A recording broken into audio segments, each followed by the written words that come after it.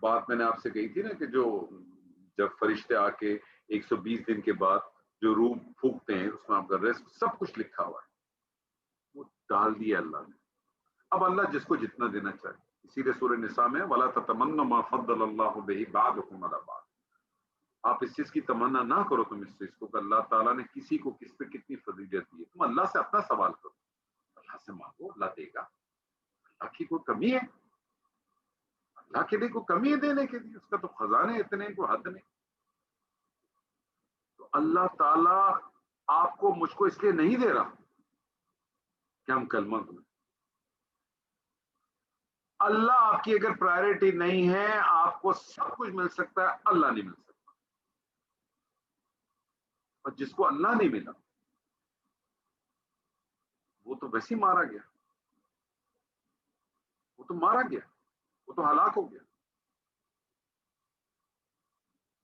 اور اللہ کو پانے کے لیے آپ کو بہت زیادہ ایفرٹ نہیں کرنے پڑا. یہ بھی میں آپ کو بتا دوں، اللہ مل جاتا ہے.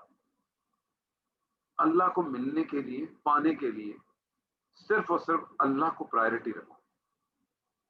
اللہ کو پرائرٹی رکھو، اللہ آپ کو مل جائے گا. اللہ آپ کو خود بتائے گا کہ عبادت کیسے کرتے ہیں. اللہ آپ کو خود بتائے گا کہ اس کی یاد کیسے آتی ہے. آپ کے دل میں خود آئے گی. آپ کی رات کو آنکھ کھلے گی نیند سے، آپ یقین مانیں آپ کے منہ سے کوئی نہ کوئی کلمہ نکلے گا، کوئی نہ کوئی دعا پڑھیں گے، کوئی نہ کوئی اذکار پڑھیں گے. آپ گاڑی میں جا رہے ہوں گے، آپ کو جو منہ میں آئے گا آپ پڑھیں گے. اللہ آپ کی پرائرٹی نہیں ہوگا، آپ گاڑی میں جاؤ گے آپ گانا گاتے ہوئے جاؤ گے. پرائرٹی نہیں ہے. پرائرٹی اللہ کو پرائرٹی ہونا. کوشش تو کریں. میں یہ نہیں کہتا کہ ہم آج سے سب اس طرح سے 100% نہیں ہو سکتے، ہم میں بہت کمی ہے، لیکن ہم کوشش تو کریں. اللہ تعالیٰ سے دعا ہے اللہ تعالیٰ جو کچھ آج ہم نے سنا ہے اللہ تعالیٰ ہم کو اس پہ عمل کرنے کی توفیق عطا فرمائے. بارک اللہ لی ولکم فی القرآن العظیم ونفعنی وإیاکم بالآیات والذکر الحکیم. السلام علیکم ورحمۃ اللہ وبرکاتہ.